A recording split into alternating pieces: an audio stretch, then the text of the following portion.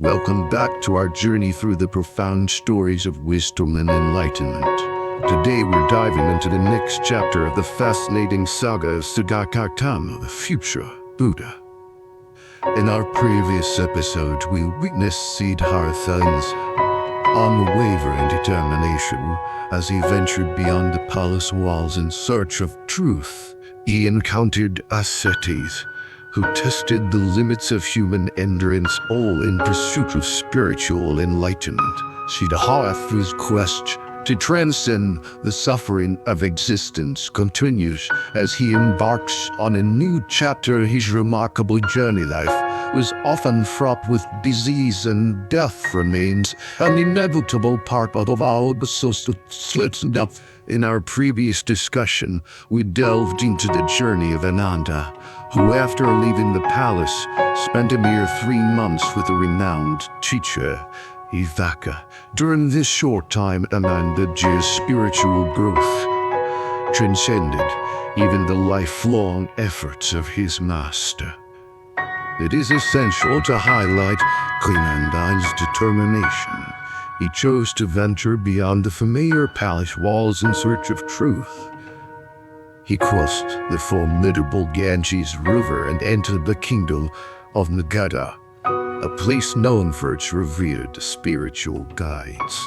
His primary quest was to find a teacher who could illuminate the path to liberation from the cycle of birth and death.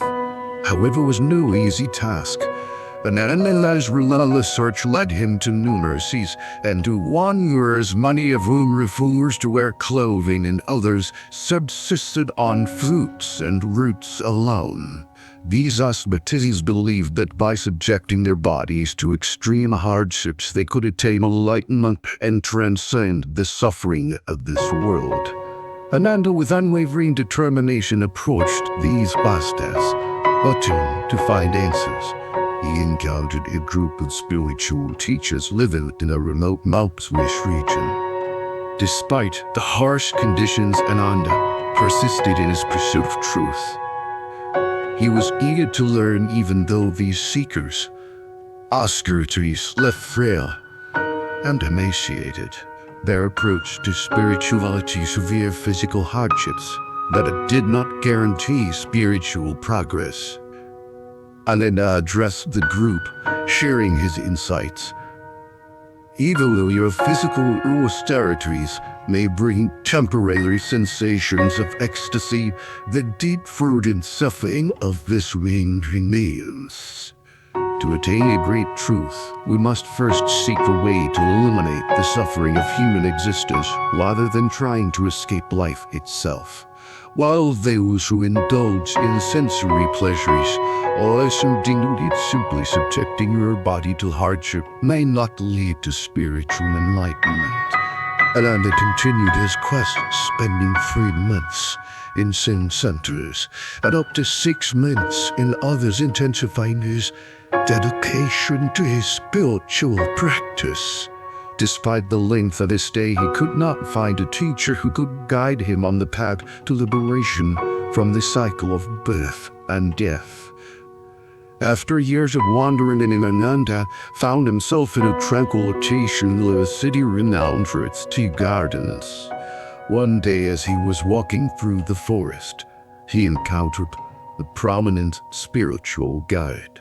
Recognizing the sincerity and humility in Ananda, the teacher invited him to join. This teacher was the king of an ancient kingdom known for his wisdom and grace. The king addressed Ananda, expressing his desire to have him as a companion. "I am the ruler of this kingdom, and as a life far removed from the simplicity of the forest, I am searching for a friend who can guide me and share my journey. You should choose to accompany me. I will provide you with a personal residence. Please join me in being my spiritual friend." Ananda, however, humbly declined the offer, stating, "Your Majesty, I am more accustomed to the solitude of the forest. The opulent life in your palace is not suitable for me. At my age, I am still in search of a genuine companion who can share the burden and joy of this spiritual path." This interaction reflects Ananda's resolute commitment to his pursuit of truth. despite his encounters with various Estes. Emptying empty lawful of the king's opulent life, he remained focused on his quest to find a spiritual guide who could show him the one who could transcend the sense of senses. His journey of spiritual awakening continued. In the vast tapestry of existence, a chance encounter often sets the stage for profound connections. A tale unfolds where a fateful meeting would change the course of our journey through life. This is a story of Dharma and destiny, a narrative that finds its roots in the rich soil of ancient wisdom. At first sight, it was clear that their destinies were intertwined. A voice from the depths of the universe beckoned, saying, "Come with me, for our paths have crossed." When he extended the invitation, you accepted the kingdom became your reward.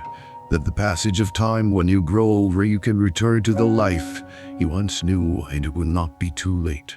Life was a journey of uncertainties, where illness and death were the present companions. These tribulations arise from the fires of greed, anger, hatred, desire, jealousy, and pride burning ceaselessly within. It is only when one discovers the great path that these sufferings can be alleviated. The Besurtul, as the sands of time flow continuously, it is essential to seize the vigor of youth before it wanes. Do not wait until regret fills your heart for not grasping the opportunity when you were young and strong. In our lives, we are frequently tested by the trials of avarice, anger, and ignorance. It is only the discovery of the great path that can free us from these bonds. If you truly care for me, allow me to continue on the path I had been traversing for years. Upon hearing these words, the compassionate Queen Yashodhara could not help but be moved. She spoke with deep emotion, saying, "Your unwavering determination is both comforting and inspiring. David Sage, please allow me to inquire about your origin and lineage and the name of your family." Yashodhara's admiration for Siddhartha Gautama, who had renounced the palace and luxuries, was sincere. She wished to invite him to the palace. However, Siddhartha gently declined, stating, "My only wish, Your Highness, is to find the path to liberate all sentient beings from suffering. If you genuinely care for my well-being, then please allow me to continue on the long and arduous journey I had undertaken." Yashodhara sighed and said, "Your resolute words have profoundly touched my heart, noble one. I respect your unwavering dedication and your quest for the path to alleviate suffering. May I beseech you to make one small promise? At intervals, may you visit my palace and partake of my offerings. This gesture will serve as a reminder, a beacon of hope." Siddhartha kindly accepted her request and gave his word. He vowed that once he had attained enlightenment, he would return to share his wisdom. Yashodhara and her retinue then bid farewell to Siddhartha, who continued his journey following the path that led to the unknown. In the quest for enlightenment, Siddhartha Gautama embarked on his path, marked by determination and perseverance. As he heard tales of a sage named Kashyapa who resided in a meditation center with over 300 practitioners, he felt drawn towards this abode of contemplation. This center was not far from Rajagaha, and more than 400 is seeking spiritual truth. Siddhartha continued his journey to meet this eminent teacher, and this chapter in the life of the Buddha concludes. You shall let it go. And there you have it, another captivating chapter in the life of Siddhartha Gautama, a man meandering in pursuit of truth and enlightenment. In the next installment of our series, we'll follow Siddhartha's path to a meditation center, where he will encounter a sage named Kashyapa. Join us next time as we continue to unravel the profound wisdom and remarkable journey of the future Buddha. Don't forget to like, subscribe, and hit that notification bell so you never miss an episode of this enlightening series. Until then, may your own quest for truth or understanding be as steadfast as Siddhartha's.